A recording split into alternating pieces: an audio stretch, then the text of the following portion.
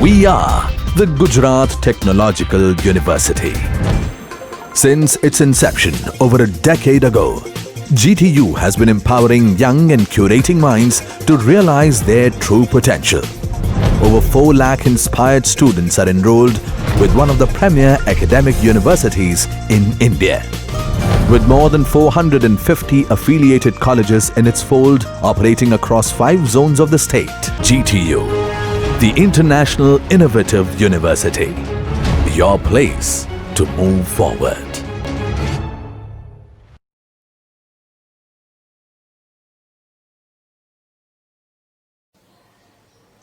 Hello everyone and welcome to the second video of physics. Myself Professor Piyush Tandil from the Electrical Department, Mahatma Gandhi Institute of Technical Education and Research Center, Navsari. So in this session we are going to derive the differential equation of the simple harmonic motion. The definition of simple harmonic motion we already studied in the first session. We already studied in the first video, right? So recalling the first video, taking one simple example, suppose we have one pendulum and this pendulum is right now in its rest condition. This is the fixed point.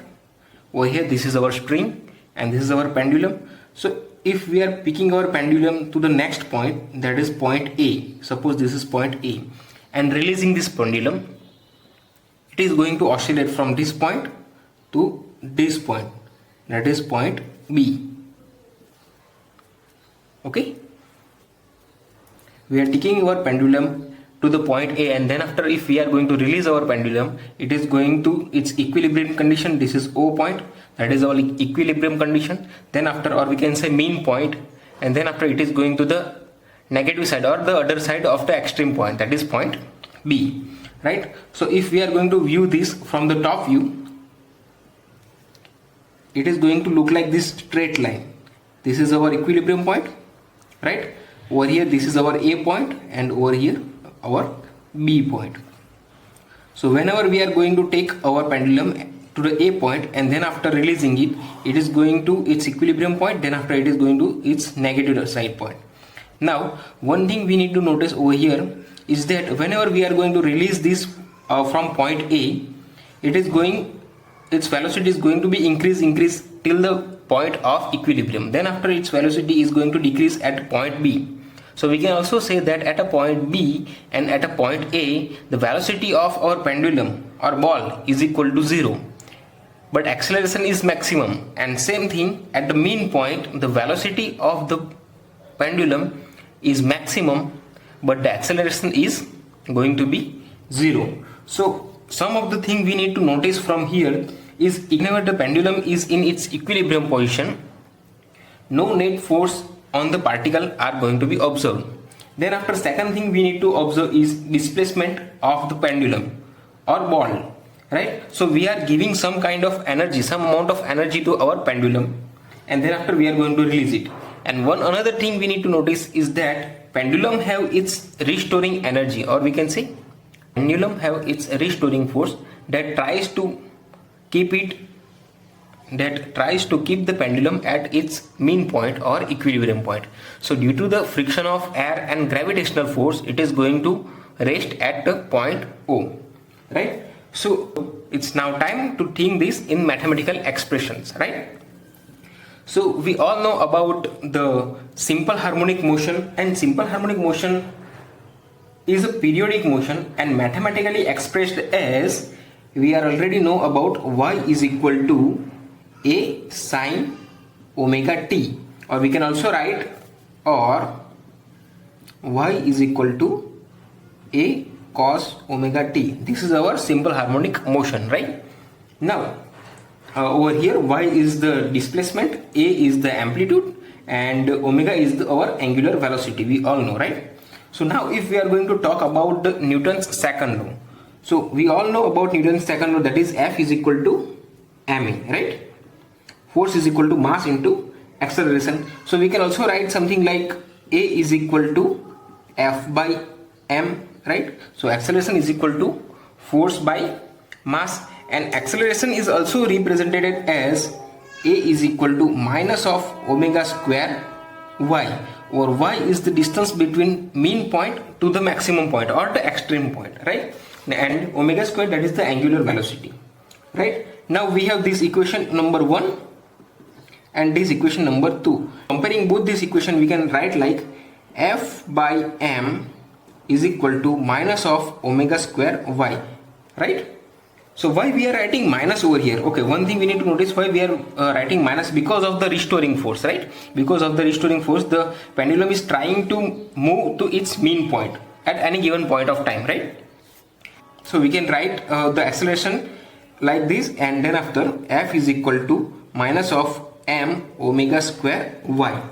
Okay, this is our first equation, one equation.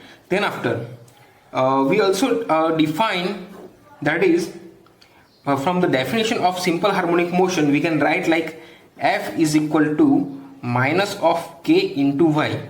What is k over here? K is our stiffness. K is our stiffness constant, or we can say as a force constant, right? So stiffness constant is also defined by k is equal to force divided by the distance or displacement. K is equal to force by displacement. So if if we require large amount of force to move a small displacement, then the stiffness is very high, and or if small amount of force is required to move a large displacement, then the stiffness is called as a low stiffness, right? So over here, as we can see, our stiffness factor, that is k, and y, that is our displacement.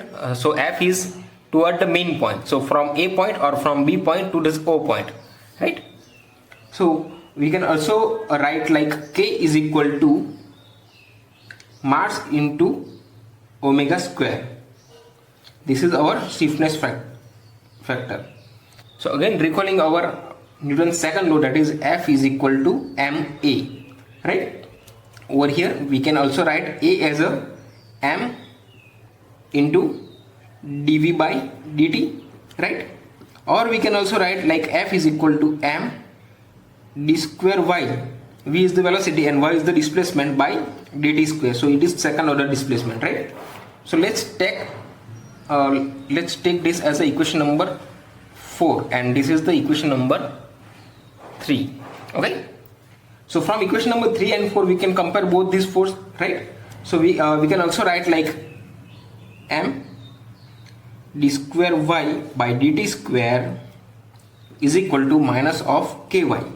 So d square y by dt square is equal to minus of k divided by m into y. Okay, d square y by dt square is equal to k minus of k divided by m into y.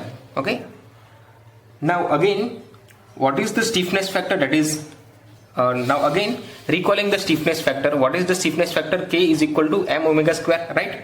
So we can also write like k is equal to m omega square over here. So what is the okay, let me write over here, k is equal to m omega square. Okay, so d square y by dt square is equal to minus of omega square y, because mm is going to be cancelled out. Okay, it is simple as that. Now bring this term on this side. So d square y by dt square plus omega square y is equal to 0, and this is called as our differential equation of the simple harmonic motion. So we have successfully derived our simple harmonic motion. I hope all of you get this point of simple harmonic motion and how we are going to work with the differential equation of simple harmonic motion. In next session, we are going to derive the expression for total mechanical energy in the oscillator during simple harmonic motion, and also derive the equation of time period of the simple harmonic motion. Thank you.